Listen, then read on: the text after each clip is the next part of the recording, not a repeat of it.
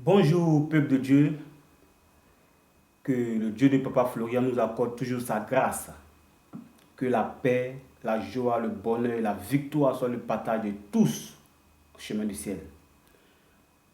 Bien-aimé, une nouvelle année vient pour remplacer l'ancienne et une nouvelle ère commence.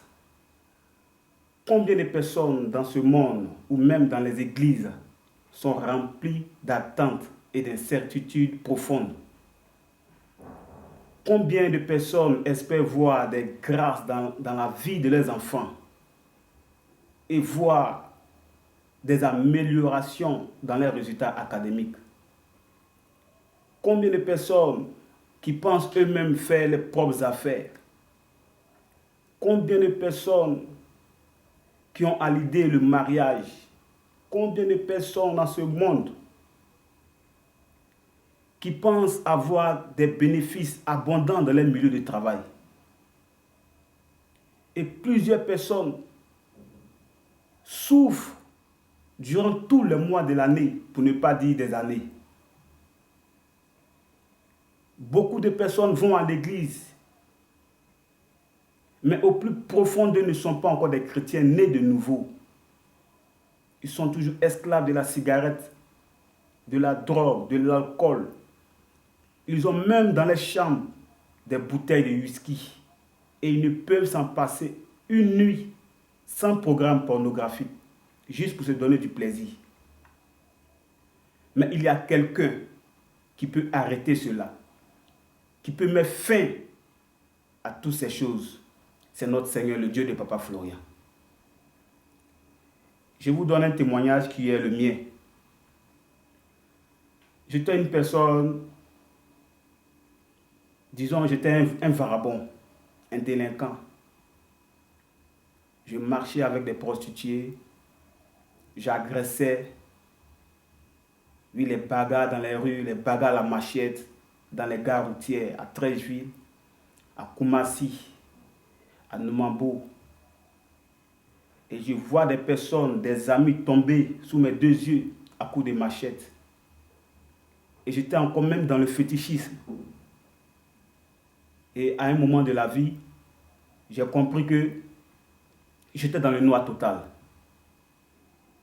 Et j'ai fléchi genoux moi-même chez moi à la maison une fois et demandé à Dieu de venir m'aider. Et quand Dieu a un plan pour toi, il fait toujours quelque chose. Et c'est comme ça, par l'intermédiaire de ma soeur, ma petite soeur, j'ai rencontré le chemin du ciel, le Dieu de Papa Florian. Et aujourd'hui, je suis ce que je suis, par la grâce du Dieu de Papa Florian. Et s'il y a quelqu'un qui m'écoute, quelqu'un d'ailleurs, qui est dans de telles situations, ou qui souffre même d'autres choses, qui a des difficultés, une bonne nouvelle pour toi, mon frère, ma soeur. Le Dieu de Papa Florian est capable de faire quelque chose pour toi. Et nous allons vérifier quelque chose dans notre Bible, dans Exode chapitre 3, le verset 7 à 10. Exode chapitre 3, le verset 7. L'Éternel dit: j'ai vu la souffrance de mon peuple qui est en Égypte, et j'ai entendu les cris qui lui font pousser ses oppresseurs, car je connais ses douleurs.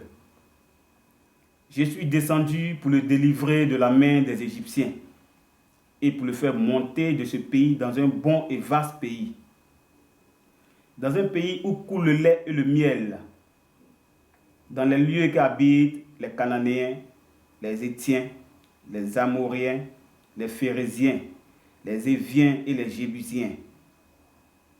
Voici, les cris d'Israël sont venus jusqu'à moi, et j'ai vu l'oppression que leur font souffrir les Égyptiens. Maintenant, va, je t'enverrai auprès de Pharaon, et tu feras sortir d'Égypte mon peuple, les enfants d'Israël. Amen. Bien-aimé, la franche vérité est que, quel que soit notre rang social, quel que soit notre niveau intellectuel, quel que soit notre poste, même dans l'église, nous ne pouvons échapper au cri de la vie. L'église ne peut pas sauver, mais c'est la puissance de Dieu qui délivre, c'est la puissance de Dieu qui sauve. Et c'est cette même rencontre que l'homme de Dieu a eue en songe quand le Seigneur lui est apparu et lui a dit, mes enfants souffrent, je te donne un pouvoir pour délivrer mes enfants. Et lui-même a confirmé dans son témoignage. Et aussi c'est confirmé par les témoignages que nous voyons ici au chemin du ciel. Même par nos songes. Quand nous prenons le songe de la sœur Élisabeth, le songe nous décrit sur l'idée de qui était Papa Oshofa, l'ancien dirigeant de l'Église céleste. Et qui est maintenant, en ce 21e siècle, le choisi de Dieu. C'est pourquoi je voudrais dire à quelqu'un, chemin du ciel, c'est la parole confirmée. Papa Florian, Dieu incarné, Dieu dans la chair, la parole incarnée. Qu'on ne se voile pas la face. Aujourd'hui, c'est les chrétiens qui font la guerre des fidèles, la guerre des églises. Je ne veux pas offenser un homme de Dieu, ni frustrer un chrétien. Mais notre Bible nous enseigne la sagesse, en parole comme en action. Regardons dans Actes des Apôtres, chapitre 5, le verset 33 jusqu'à 39, où les gens décidaient du sort des apôtres. Et il y a un docteur de la loi nommé Gamaliel. Il a dit, « Ô hommes, prenez garde à ce que vous voulez faire à ces gens.